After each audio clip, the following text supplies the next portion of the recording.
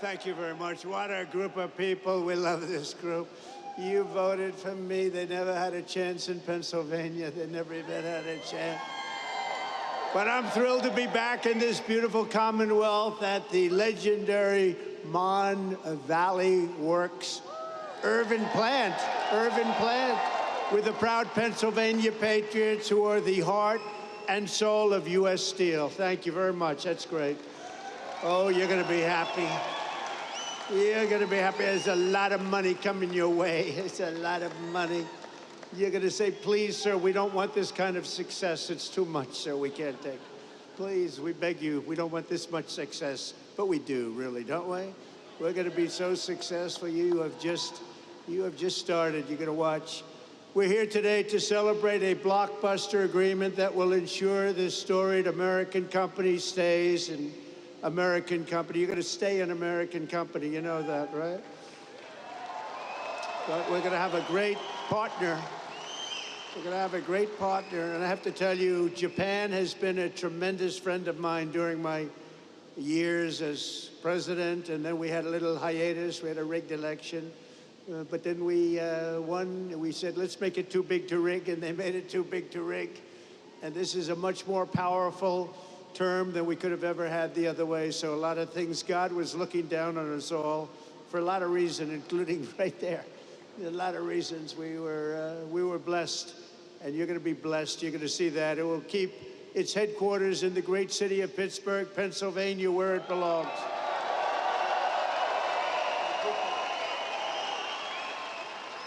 For generations, the name United States Steel was synonymous with greatness, and now it will again be synonymous with greatness. That's what it's going to be. The best and strongest steel on earth will forever be made in America and made in Pennsylvania. And I want to thank a man that I saw right at the beginning of this whole thing, during my first term, as we call it, U.S. Steel President Dave Barrett. Dave, thank you very much, wherever you may be. Wherever you may be. Thank you, Dave. And he came to the White House and he said, sir, we're in trouble. We need help. He was put there to save the company, right? I remember it so well, like yesterday. He was put there, they hired him to save the company. And he came up and he said, we need help, sir. I said, what can we do? Because all the steel companies were going south. They were all in trouble. He said, if you could get tariffs, sir, and save this company. And I thought about it. I studied it up real quick. It took me about 2 minutes. And I said, Dave, I think we're going to make you very happy. And we did make you happy, didn't we? We saved the company. We put 25% tariffs on your company. So we had protection. We were protected from outside horrible influence, including dumping, where they were dumping steel all over the United States. And we saved it. It was a great honor. And Dave was really the first one that brought it to my attention, and I appreciate it, Dave. You did a good job. You did a good job. He more than saved the company. He made the company great. This will be a great company in a very short period of time. Also, the vice chairman of Nippon Steel, Takahiro Mori. Takahiro, thank you very much. He's a great guy, highly respected. He's highly respected all over the world for what he's done with steel. He's going to make this is going to be his pet project. It's going to be great. Thank you, Takahiro. Appreciate it. We're also pleased to be joined by a man who's done a fantastic job. He's central. I always say he's central casting. Treasury Secretary Scott Bessent. Where is Scott? Central casting. Thanks, Scott. We had a good report today. I don't know if you saw. The numbers were through the roof, and there was no inflation. And they said, you know, Trump was right again. And we're all saying, oh, inflation, inflation. We're taking in billions and billions of dollars in tariffs and other things, and we're keeping our competitive nations, we're keeping them, they're competitors, and we're keeping them totally at bay. And we right now have the hottest nation anywhere in the world. And 6 months ago, we had a nation that was dying. We had a nation that was cold as ice, and now we have the hottest, most talked about nation anywhere in the world. anywhere. Good job, Scott. Also, Secretary of Labor, Lori Chavez DeReamer. Lori, thank you very much. Highly recommended by the Teamsters and a couple of others, I have to tell you. And I said, I'll take that. I'll take that. But she's been fantastic. Also, we have some incredible congressmen and women. Mike Kelly, where's Mike? Mike, he's wearing a shirt today. A lot of times he doesn't. If it's cold, he doesn't wear shirts. Thank you, Mike. Dan Muser, who I hear is going to maybe be running for governor. That's what I hear. I hear there's a rumor about that. There's a rumor about that. Another man, yeah, good luck with that, Dan. I'll tell you, if that's your decision, you've got my support. You know that, right? If you run, you've got my support. He's been, Guy, don't you think he's been a great congressman? He's been a great congressman. And if you run, you have my support totally, and you'll win. You'll win. The people are going to get it real fast. Thank you very much. Good luck. Guy Reschenthaler, who is a fantastic person, with a very good friend of mine today, and I appreciate you coming together. And Guy, thank you very much. What a job you've done from the beginning, right? We never had a problem from day one, you and I. Thank you very much, Guy. Great job. Mike Ruley. You know Mike? Where's Mike? Mike? Thank you, Mike. Great job you're doing. Thank you. Really, really good. And another friend of mine, a great hockey player, actually, Pete Stauber. Pete, thank you. What a great hockey player. He was the real deal, right, Pete? He'll even admit it. He's going to admit it. Pennsylvania Senate President Pro Tem Kim Ward. Thank you. Good job, Kim. Good job. Thank you. A woman who's an incredible writer, actually. She understands what they call the Rust Belt. We won't be able to call this section a Rust Belt anymore. It'll be a golden belt. It'll be a golden dome, right? It'll be part of a golden dome that we're building to save everybody's lives. But this is a woman who's really fantastic. She's a brilliant writer. She just got signed up by, of all groups, the Washington Post, that's big time. Selena Zito. Where's Selena? She's around here. Selena, thank you. She understands you people and me better than we do. She understands us, and she got it right from the beginning with Trump, didn't you, Selena? She said right early on, guess what? He's going to win. That was when people were saying, really, is he running? He's only doing this for fun. She said, no, he's going to win. And I wouldn't say it's fun, but boy, are we doing progress, right? We're making big progress. So you have a couple of people here that I wanted to introduce because, you know, being a guy that's watched a lot of football, this man had tremendous courage. He had a lot of grit. And everybody knows he wasn't the largest person on the field at all, but he was, in many ways, the most courageous. Rocky Bleier. Rocky. Come up here, Rocky. Come up here. Come up here, Rocky. Come up here, Rocky. He's such a great heart. Come on up here, Rocky. Wow. And two other people I want to bring up because I'm a fan of your Steelers. And I happen to think a really good quarterback is a man named Mason Rudolph. And I think he's going to get a big shot. He's tall, he's handsome, got a great arm. And I have a feeling he's going to be the guy. So Mason Rudolph, come up here. And also a safety who's an absolute killer, Miles Killebrew. Do you know Miles? Come on up here, Miles. Come on up here, fellas. What a team, huh?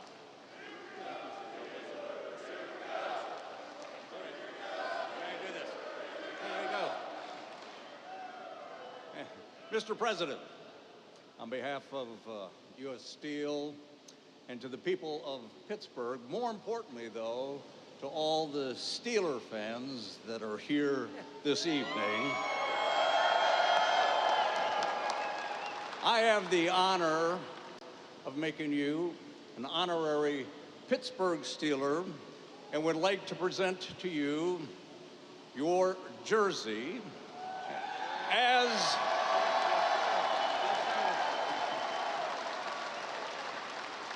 With the number 47 as the 47th President of the United States, a number that hangs in the National Football League Hall of Fame, I'd like to present to a Hall of Fame president. Please accept it.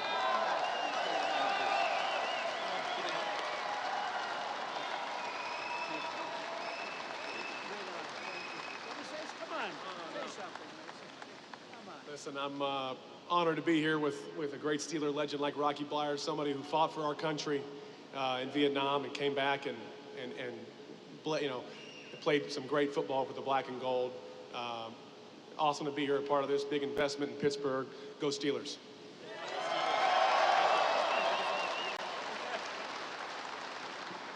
How about this president of ours, huh? Just wanted to say God bless you, President Trump, and God bless you, Pittsburgh. Thank you.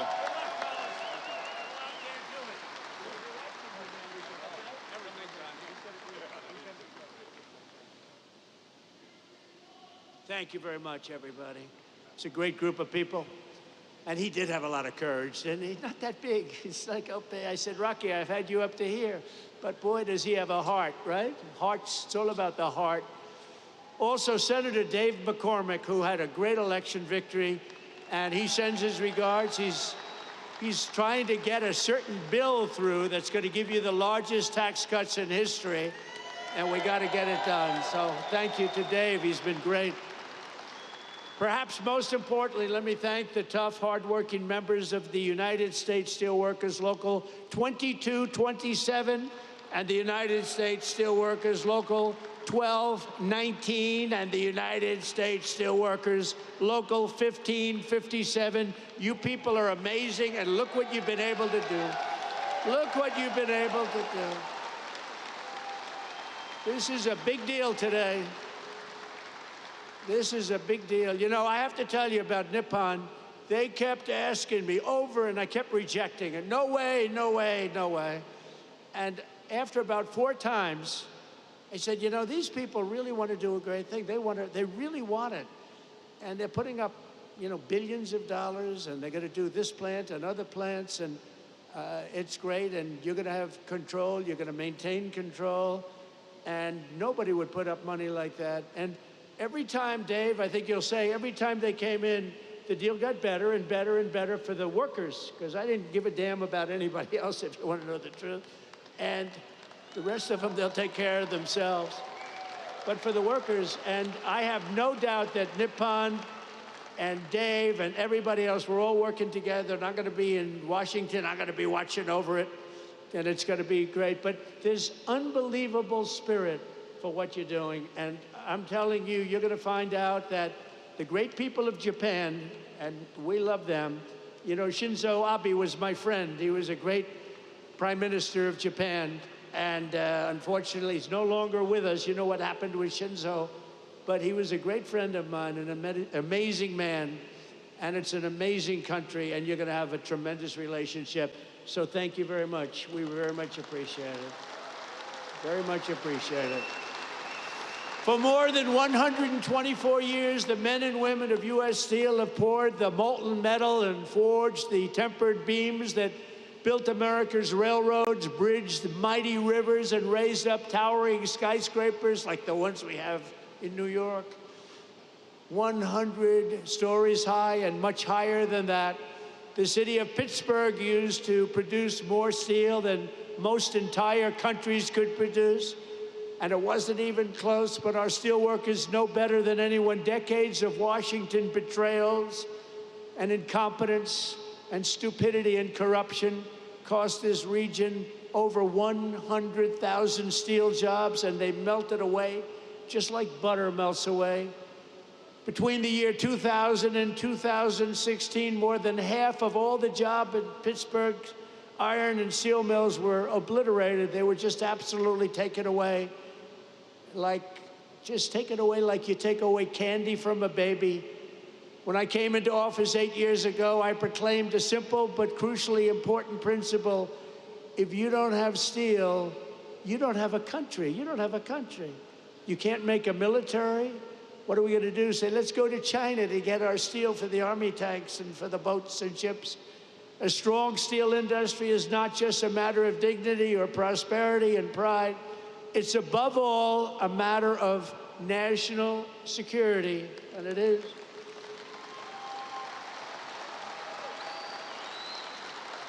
You're going to see some amazing things here. That's why I fought for the American steelworker like no president has ever fought before. That's why I won your votes like no president has ever won before. And right from the beginning, it didn't take long. You got it right from the beginning. I think before I even opened my mouth, because even as a private citizen, I used to fight and say, what are you letting all of these countries come in and steal your jobs, bring them to other countries? Why do you let that happen? Not only here, but all over the country. In 2018, I imposed historic tariffs on foreign steel, and the results were amazing. You wouldn't have this plant right now if I didn't put on 25% and 50% tariffs. They were dumping steel, as you know, from China and from all over the world. They were dumping it all over our country, dumping it. And it was bad steel, it was garbage, but it was steel, and it was cheap as hell, and it was a terrible thing. And you wouldn't have had any steel mills. I don't think, Dave, they'd have a steel mill open in the country if we didn't do the tariffs. And it was just in time. It was just in time. They were closing up as fast as you can count. In a few short years, domestic steel production surged by more than 10 million tons. Imports from your foreign competitors dropped by 24% almost immediately. And more than $15 billion of investment poured into American steel throughout the United States, all because you had a president who stood up for our steel workers and put America first. I'm very proud of that one. Stood up for everyone else, too. But then came 4 calamitous years of a president who obviously wasn't doing the job. I'm trying to be nice, so you know I have to be nice. But what he did to this country is a disgrace. Between the borders, millions and millions of people pouring through our borders from all countries all over the world. They came from the jails of the Congo. They came from all over South America, prisons, gangs, drug dealers, drug merchants. They came from mental institutions, the mentally insane. They were pouring into our country by the millions. They allowed this to happen to our country. But we're moving them out, or we're moving them out fast, or we're bringing them back to where they came from. We're having a lot of problems with the liberal judges in courts, the radical left crazy judges that, you know, they come in without courts. They pour into our country totally unvetted and unchecked. Nobody checked them. Nobody had any idea who they were.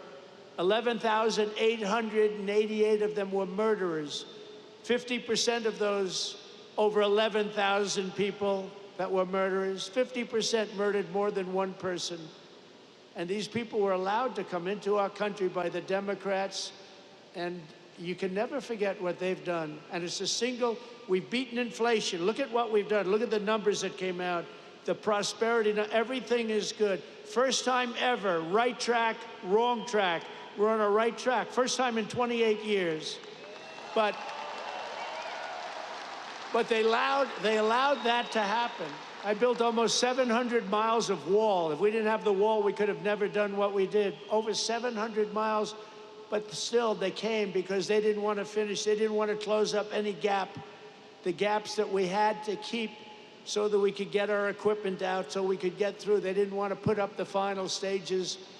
It would have taken 3 weeks to put up the final stages. They said, no, we don't want the wall built. And I thought they were kidding, but they weren't. They wanted open borders, and what they let into our country can never be forgotten. The last administration granted tens of thousands of job-killing tariff exemptions to your foreign competitors. So they were afraid to take down the tariffs that I imposed because it was so good for our country, so much money. But what they did do, think of this, they gave exemptions, and they were so broad and so deep. And I guess you saw that, but the exemptions that they gave allowed foreign competitors to come in and steal our industry, steal our jobs, and bring them back home, and bring them home by the boatload, crippling imports of foreign steel, skyrocketed over the last 4 years like you have never seen before by over 30%. That's an incredible, crazy number. And imports of steel and rebar from Mexico exploded by more than 1,000%. We were getting our steel from Mexico. We were getting our steel from Canada. We were getting our steel from every place, but right here, it was then that we announced the crown jewel of our steel industry, U.S. Steel, was being sold into foreign hands with no protections for our great steel workers. And I said, there's no way we're going to let that happen. When I was watching over you, you don't even know it, I was watching over you. I tell you, best people. You're the best people. You built this country. You know, you people built this country. You people and others like you built this country. By the time I came into office, many feared that the Mon Valley would lose up to 3,000 steel jobs, that U.S. Steel would close, and it was a fixture of the Pittsburgh skyline. It may never live for another week. We had times we thought we were going to live. You weren't living for another week. But I promised the people of Western Pennsylvania that I would never, ever let that happen. And as president, I kept that promise. Boy, did I keep that promise.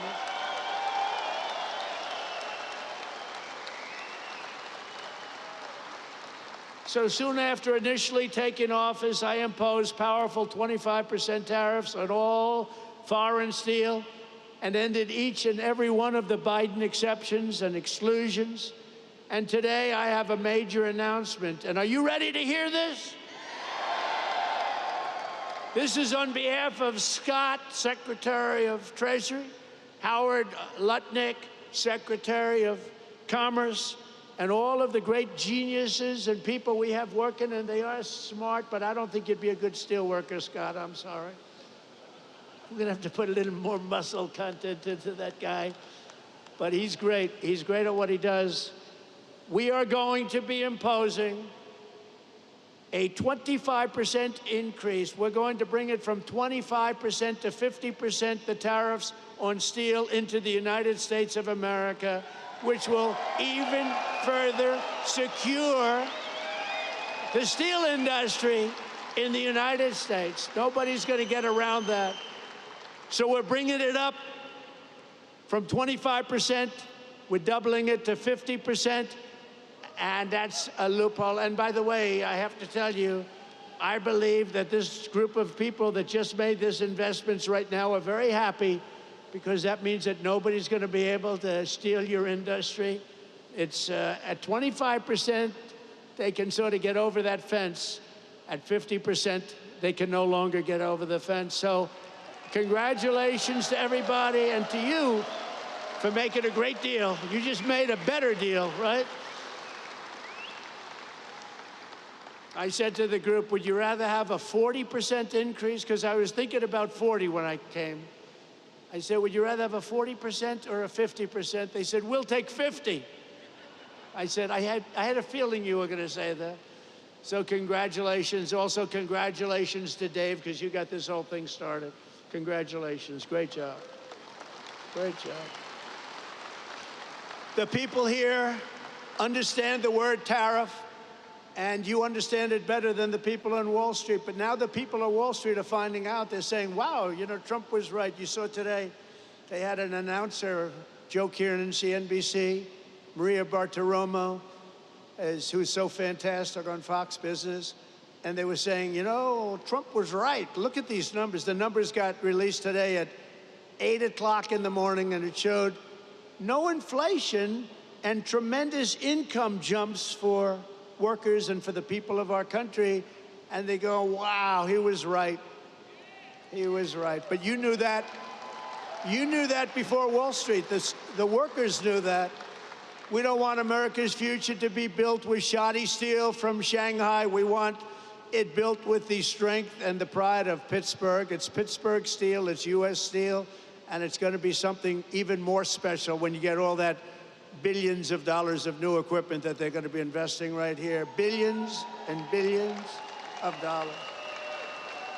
Since I imposed our steel tariffs, and you know, I said that tariff to me is the most beautiful word in the dictionary. I love the word so much. I've always loved it. For 40 years, I've loved it. For 40 years, I didn't understand why people weren't in this country using tariffs. They use tariffs to kill us. They use tariffs to take our businesses, not only steel, other businesses too. And we never knew how to use tariffs back because we had people in the White House that either didn't care or weren't very smart or both. And it really starts with the White House. It's very simple. It starts with the White House. But I said, it's my favorite word in the dictionary, the word tariff. And I got slaughtered in the fake news. I got killed. They said, what about love? What about wife and family? What about God, they said. So they made the word tariff be my fourth favorite word. And now I have no complications. It's my fourth favorite word. God, wife, family, all of the different things, but they did. It's not even believable. I said, tariffs is my favorite word, and I got slaughtered by these people. But we've had a lot of fun. We've jousted for a long time with the fake news. But companies all over the world have announced nearly $10 billion in new investments in steel, just in steel alone. But the Nippon investment we're announcing today blows them all away with a record-setting, and this was just heard of. We just came out a little while ago. $14 billion commitment to the future of this company. That is the single largest investment. That's the single largest investment of any kind in any industry. So not only steel, go all the way back. You go into fracking, you go into anything you want to go into because you're a good fracking state too. We love fracking, by the way. But think of this, the largest investment of any kind in the history of the Commonwealth of Pennsylvania, and we also will be the largest investment in the history of American steel industry. There's never been a $14 billion investment in the history of the steel industry in the United States of America.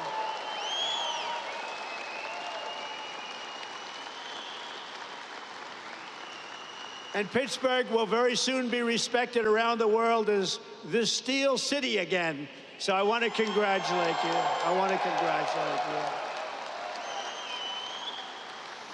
As part of this monumental commitment, Nippon will also invest $2.2 billion to increase steel production here in the Mon Valley Works, specifically allocated to Mon Valley, along with $200 million for the Advanced Technology Research and Development Center that's being built already in Pennsylvania. So I want to congratulate you. And in addition, another $7 billion to modernize steel mills, expand ore mines, and build state-of-the-art facilities in Indiana, Minnesota, Alabama, and Arkansas. So I want to thank you and congratulations to those states.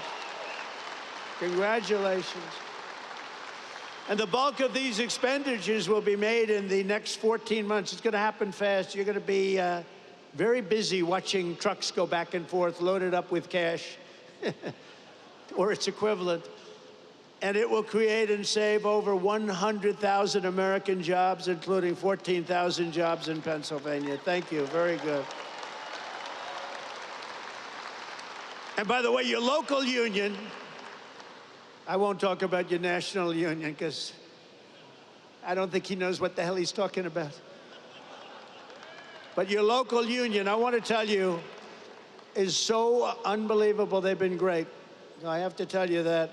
This is an incredible deal for American steelworkers, and it includes vital protections to ensure that all steelworkers will keep their jobs and all facilities in the United States will remain open and thriving.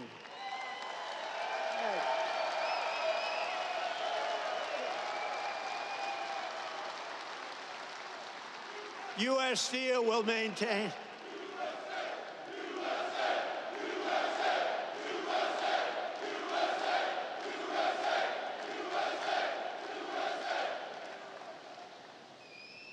I don't want to fight with those guys. They look pretty. I'll never fight them. U.S. Steel will maintain all of its current operating blast furnaces at full capacity for a minimum of the next 10 years. And we have that as a commitment. But I don't even think that's I don't even think you have to worry about that. You're not going to have to even think about that, frankly. It won't matter because they're going to be here for a long time, a lot longer than that. There will be no layoffs and no outsourcing whatsoever. And every U.S. steel worker will soon receive a well-deserved $5,000 bonus. That's very rare. Thank you very much. That's great. That's importantly. For what you've gone through a lot. It's closing, it's not closing, it's opening, and you want to stay here. People say, well, we'll move to another place, or we'll do chips, or we'll do something like chips. Somehow you don't want to do chips. I'm looking at these giant guys with the giant arms. You're not going to like doing chips. Most importantly, U.S. Steel will continue to be controlled by the USA. Otherwise, I wouldn't have done the deal. I wouldn't have done it. But the USA, and we're going to be working together, and you're going to look at your board. You have a great board, and we're going to have an amazing alliance. In this audience are many of the incredible workers who will really be bringing our steel industry roaring back to life, and it's going to roar, including a man who has supported me from the very beginning, the founder and steelworker of Steelworkers for Trump in this area. I have some of these guys, they're great. And I had somebody in Michigan that was so great. I love that guy. And I love this guy. He's been with me from the beginning. Brian Pavlik. Brian, come up here. Come up here, Brian. Brian's been with us from the beginning. Oh, look at him, big guy. Thank you, Brian. Appreciate it. Thank you. Oh, yeah. Yes, you did.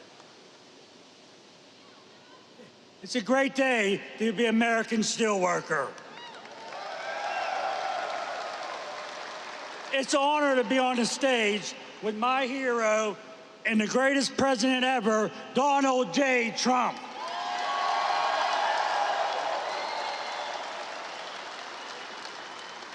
Hello, my name's Brian Pavlik. I'm a third-generation steelworker and the president and founder of Steelworkers for Trump. The attempted assassination of then-president candidate Donald J. Trump prompted me to establish Steelworkers for Trump. Our membership now exists at 2.5K. In my opinion, President Trump has demonstrated remarkable support for the American steel industry, surpassing the collective efforts of all other presidents combined.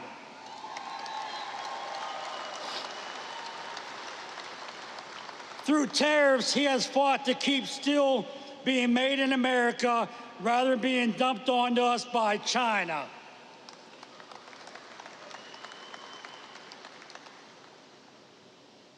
Through this deal, he has fought to keep us billions of dollars in investments that will secure jobs for generations to come.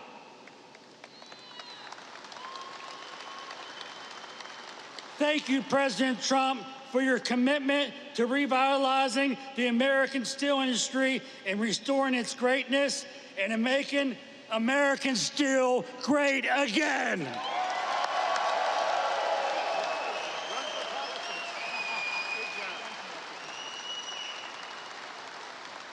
Thank you, Brian. Great guy. And he was with me right from the beginning, I think, Brian, right from day one, and I appreciate it. We won't forget it either. So let me also bring up real fast a few guys that I met backstage that I was very impressed with. Jack, Jason, Scott, Donald, and Kurt. Come on up here, fellas. Get up here. Come on up here. These guys are great. Come on. They're happy people.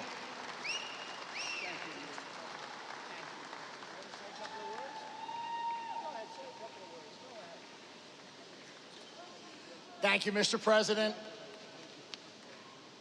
I'm not prepared, but I can tell you I would rather be nowhere than where I am today with all of my U.S. Steel family, friends, and everybody that I love. Thank you very much. Thank you, Mr. Berg. Thank you, Mr. Maury, and most of all, thank you, Donald J. Trump.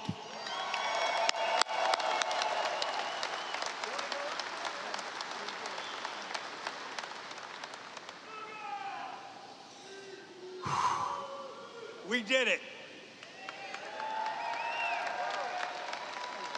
I want to thank everyone for coming. Today is a great day. For those of you who don't know me, my name is Jason Zugai. I'm the former president, current vice president of Local 2227, and I've worked at this great plant for 28 years. I'm a third-generation steel worker working for U.S. Steel, and by the way, I'm damn proud of that.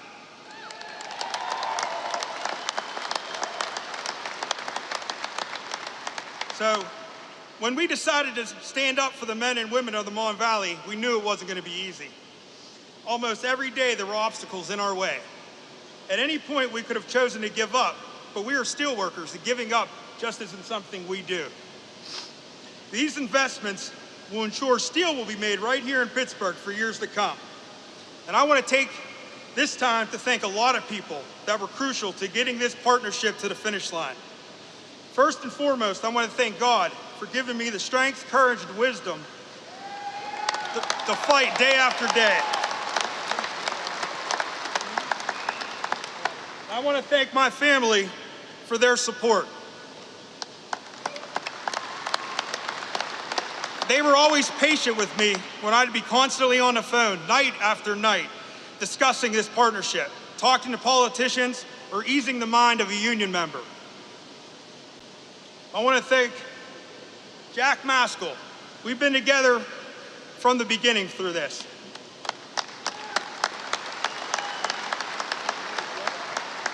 From the many meetings together, DC trips that were nothing but business, to just brainstorming daily.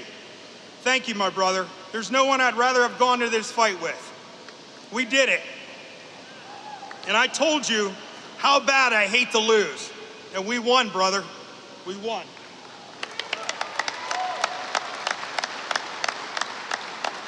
To the guys from Clairton and ET that fought side by side with us from the beginning, it was an honor, and I'll never forget our journey.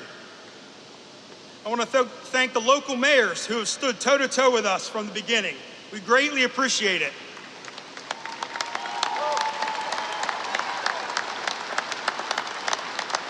Mayor Kelly, thank you, and thank you for your friendship, sir. I want to thank my union brothers and sisters for believing in us and trusting us to get this done. My campaign slogan when I ran for office was, "I will fight for you." I hope that I've proven that to you. It was my honor.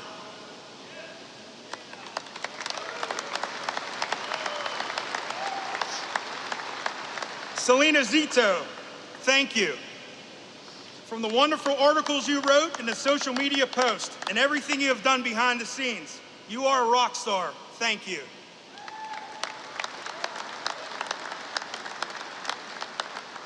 Senator Kim Ward, thank you for fighting for us as hard as you did.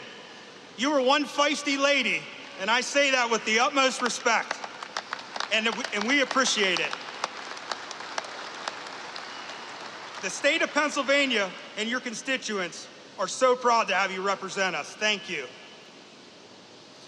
Chris Hall, just a small-town guy from Chalfont that made it out and wanted to give back to his community. Thank you for your words of wisdom and unwavering support for your community. You did a good thing.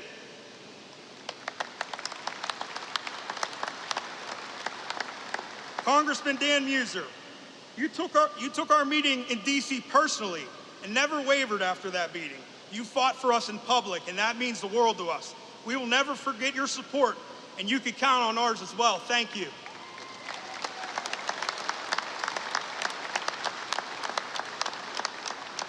Mr. Maury, I love this guy. Thank you for taking the time to listen to our concerns and always making yourself available to answer all of our questions. This man has been disrespected and didn't deserve that. And I feel horrible that that happened to you. We will do everything in our power to see that never happens again. You have my word. These investments are life-changing for all the men and women here today and for our communities. I personally look forward to working with you for years to come. Thank you.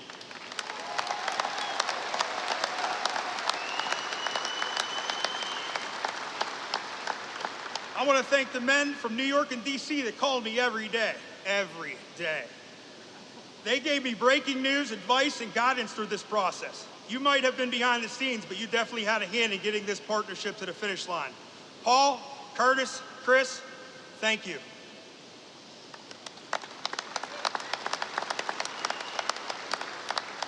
U.S. Senator Dave McCormick. I met the senator at a Trump rally in Latrobe before we were both getting ready to speak. He introduced himself to me and asked about the Nippon merger and what I thought about it. Well, as you know, I'm pretty passionate about it, and let him know that. He told me, after I win, you will be my first meeting. I was his first meeting. He kept his promise.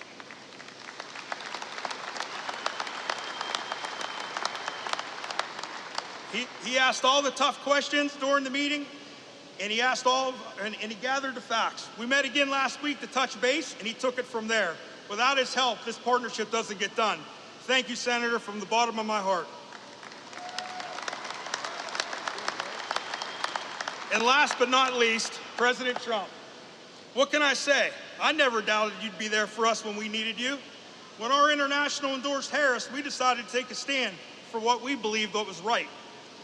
That was to come out publicly and boldly in support of you. Although we aren't public speakers, we tucked our fears aside and did what any proud American would do. We thank you every day for risking your life and laying it all on the line for this country.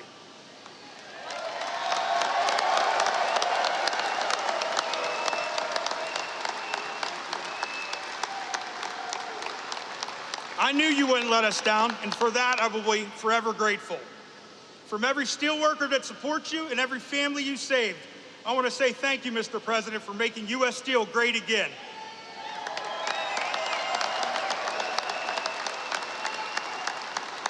God bless America. God bless U.S. Steel. Thank you.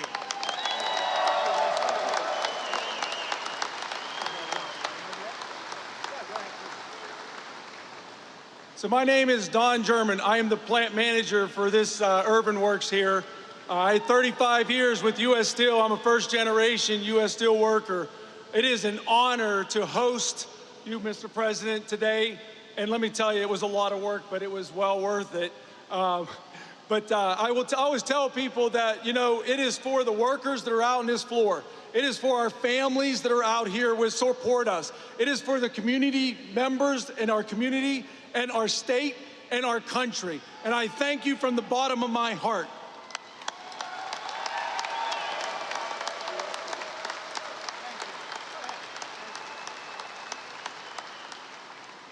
Good afternoon. As you know me, I'm Kurt Barshik. I'd like to tell Mr. President, the day I started at U.S. Steel, my supervisor at the blast furnace told me, "Kid, what are you doing here? Do you think this mill will be here? Look at Homestead. Look at Duquesne. They're not here. You're wasting your time." And I can stand here years later and think about our children, our grandchildren, our great-grandchildren that are gonna have family-sustaining, good-paying jobs, all because of President Trump. Thank you, President Trump. Thank you.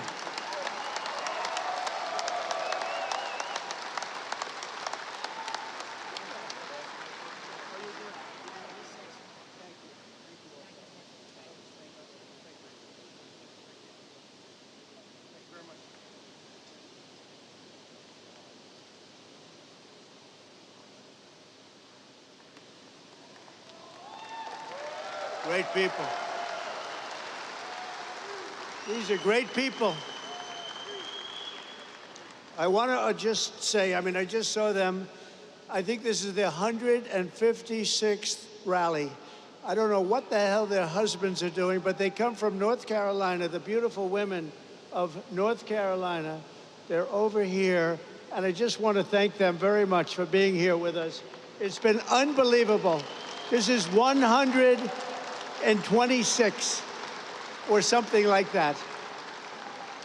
And, you know, they're happily married from what I understand, but I'll tell you what, that must be a little bit of a strain on the relationship. They've followed me all over the world for 9 years now. I go to so many rallies, and we appreciate it. It's called love, and there's so much love in this room. It's incredible. The men and women here today, they work every day to keep America powerful and strong, and for decades you watched as one globalist politician after the next sold you out and sent your dreams to China and to many other foreign countries, but now you finally have a president who's working for you and fighting for you. and we're going to be watching over you. This is going to be so successful. You're going to be so proud of this. This is going to be a very big day. I hope it's going to be one of the biggest days in your life. I don't want it to be the biggest, you know. You got married, you had children. I guess we got to give that to them and give that to you. But this is going to be truly one of the biggest days in your life. I feel sincerely, I have such confidence in this group of people. Since my election, we've created nearly 500,000 new jobs, including 10,000 manufacturing jobs, and those numbers are going through the roof. We're going to have close to $11 trillion invested in new investments in the United States, and you can look at other years. There's never been anything like that. And by the way, that's essentially in 2 months, not 4 months, because it took me a little time to get acclimated. But over the last 2.5 months, we're over $11 trillion is going to be coming. Apple is spending $500 billion to invest in America, not in China. NVIDIA, $500 billion. TSMC, if you look at this one, TSMC, and this is a company the biggest in the world for chips, $200 billion at least. Amazon, $4 billion. Johnson & Johnson, $55 billion. Merck, Stellantis, General Motors are putting in billions and billions of dollars. We have it all done. It's going to be all with very little inflation. In fact, it was 2.1% in April, way down. You went through inflation that was probably the greatest inflation in the history of our country over the last 4 years. And now we have it down to around 2%. Grocery prices are down. Mortgage rates are down. Energy prices are down. And gasoline prices over Memorial Day weekend were the lowest they have been since 2003. Think of that. In fact, in a couple of states, gasoline, $1.98 a gallon. When have you heard that number lately? Income soared in April, up 0.8%, almost triple expectations, and we achieved the largest drop in consumer prices and the largest increase in consumer confidence since the pandemic, and actually probably about 20 years before the pandemic. Last month, we also cut the trade deficit in half, and that's the story of today. They can't believe it. The numbers just came. We cut, before we even get started, actually, we cut it in half, the trade deficit. And very importantly, have stopped the invasion of illegal aliens who are undercutting your wages and stealing your jobs. You saw that last month. 99.999%. Can you imagine? That was our cut. It's been, the border is closed, but it's open, and it'll always be open to people that want to come into our country legally. We want to have people come in legally, but we don't want to have them come in the way they're allowed to come in. We've ended the flood of criminals, gang members, murderers, drug dealers, and human traffickers, and we're sending them back to the places from which they came. And the future of American workers is only getting brighter. I said before, and I'll say it again, we have the hottest country right now in just 4 months. But actually, you have to go back to November 5th. Since November 5th, that was election day, we had the greatest election victory, they say, in 129 years, the most consequential election in 129 years. I don't know what 129 years was, but we'll check it out later on. We'll find out. Must have been something pretty good. But we have the most consequential. We won every swing state. We won the popular vote. We won the districts, 2,750 to 505. We're doing a job, and you're doing a job, and it's only because of you that we could have had that success. We're right now on the verge of passing the largest working class tax cuts in American history. We got to get that beautiful, big bill, beautiful, beautiful as it is. We got to get it passed. The Senate, call your senators. And I'll tell you, you have great people representing you. Your senators, your congressmen, you have great people. Every single Democrat House member voted to impose the largest tax hike in history. The Democrats are voting for the largest, highest tax hike in history. I've never heard of it before. Meanwhile, our one big, beautiful bill will keep income taxes at the current rates and deliver no tax on tips, no tax on overtime, and no tax on Social Security for our seniors.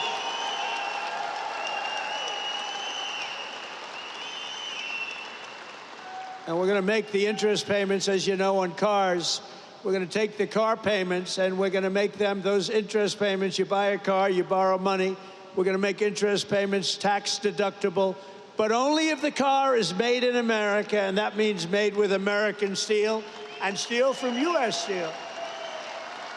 And we're permanently expanding the child tax credit, and we're creating a special Trump account for every newborn child, starting them off with a $1,000 credit to be invested over the course of their life. A little baby is born, they're going to start off with $1,000. And if we do a good job of investing their money, we're going to go with one of the investing guidelines. Who the hell knows if they're any good, but they have a chance to be very rich. It's going to be very cute to see. We're going to follow it very closely. And critically, the bill includes the largest reductions to wasteful spending in a generation or more, slashing more than $1.6 trillion in waste, fraud, and abuse. And the one big beautiful bill, and get out there and get your congressmen and your senators and any other senator or congressman you know, get them to vote for it, because the Democrats are willing to vote against the biggest tax deduction or tax decrease in history. This is the biggest tax cut, think of it, in the history of our country. If it doesn't get approved, you're going to have a 68% tax increase. Lots of luck. And the Democrats would rather have you have a tax increase, think of that, of 68%. They would rather have that happen than vote for a bill where you get the biggest tax cut. So there's something wrong. You know, all my life I grow up, I watch politics, and I've always watched politicians say, we will cut your taxes, we will cut. These Democrats want to raise your taxes, and in theory, a 68% increase. One other thing I did, and you probably saw it last week, you know, we pay the highest drug prices and pharmaceutical prices anywhere in the world by far. Other countries pay sometimes 1/10 of what we pay. A pill that costs $20, we spend $200, $250, $270 in many cases. It's the most unfair thing I've ever seen. And last week I did what had to be done, and it wasn't easy against the biggest lobby anywhere probably in the world, most powerful lobby, the drug companies, and I'm not even calling them bad, but they were able to do things. They're going to be fine, by the way. They're going to just stabilize. But we're going to now call a favored nations where we will pay the lowest price anywhere in the world, and they have to match it. We will be cutting your drug bill by 85 and even 90%. You know, I was very proud in my first administration. You may have remembered, I called for a major press conference because we were the first, I was the first one in 28 years to lower drug prices. They were lowered 0.25% over a period of a year. And I was so proud of that because nobody had ever had an administration where prices of drugs went down. 0.25%, not much. Now we're going to be lowering your drug costs by 90%, by 85%, by 75%, by numbers that nobody's ever heard of before. We will be paying equal to the lowest price of drugs and pharmaceuticals anywhere in the world. Have fun, because that's a lot of money. That's going to bring down Medicare. It's going to bring down the cost of, think of it, Medicaid. It's going to have an effect on everything, but it's going to have the biggest effect on your wallet. You're going to be saving a tremendous amount of money, and nobody else would do that but me. I have taken on some rather harsh critics over that because, again, that's the biggest lobby. They spend billions and billions and billions of dollars a year not to have that done. But I said it's really time to do it. So you're going to have the lowest drug prices anywhere in the world. With one big, beautiful bill, we will protect over 7 million jobs, raise take-home pay for American families by up to $13,000 per household, and reduce taxes for working-class Americans by as much as 13%. Those are big numbers. The bill will also remove 1.4 million illegal aliens from Medicaid, and protect the programs for truly needy Americans.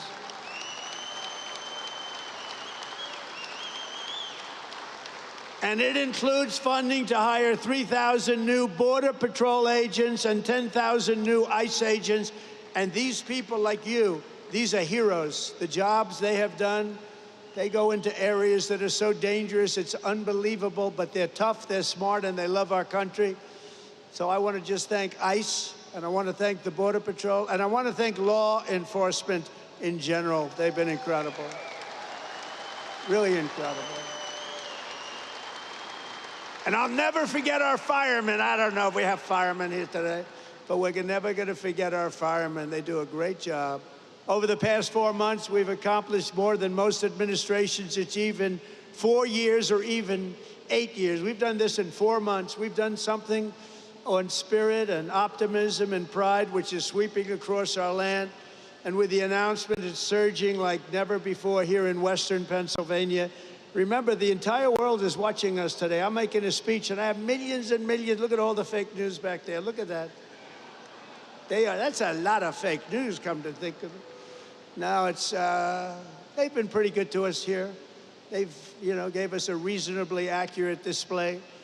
But all over the world, look at that. All over the world, they're watching your local region and how well it's doing and how well it's going to do. For generations, the workers of this region have always been there for our country when we needed you most. You built this country from Pittsburgh to Pottstown, from Bethlehem to Hopewell, and from Washington County to right here in Western Mifflin. The foundries and blast furnaces of Pennsylvania have smashed foreign armies, strengthened the hulls of the world's greatest navy, raised up majestic cities, won 2 world wars, and made America into the richest, strongest, and most powerful country on the face of the earth. And it's suffered greatly over the last 4 years, but we're going to get it back, and we're going to get it back fast. It's almost back already. It suffered, though. It suffered. I'm not going to make any excuses. It suffered with incompetent, radical left lunatics. But under our leadership, we're making it richer, stronger, and more powerful than ever before. And that's why I want to thank you very much. And thank you, Prime Minister, and thank everybody. They all knew what was happening here. With the help of patriots like you, we're going to produce our own metal, unleash our own energy, secure our own future, build our country, control our destiny, and we are once again going to put Pennsylvania steel into the backbone of America like never before. The golden age of America has only just begun, and together we are going to make America great again, greater than ever before. Thank you very much, Pennsylvania, and God bless America. Thank you very much. Thank you.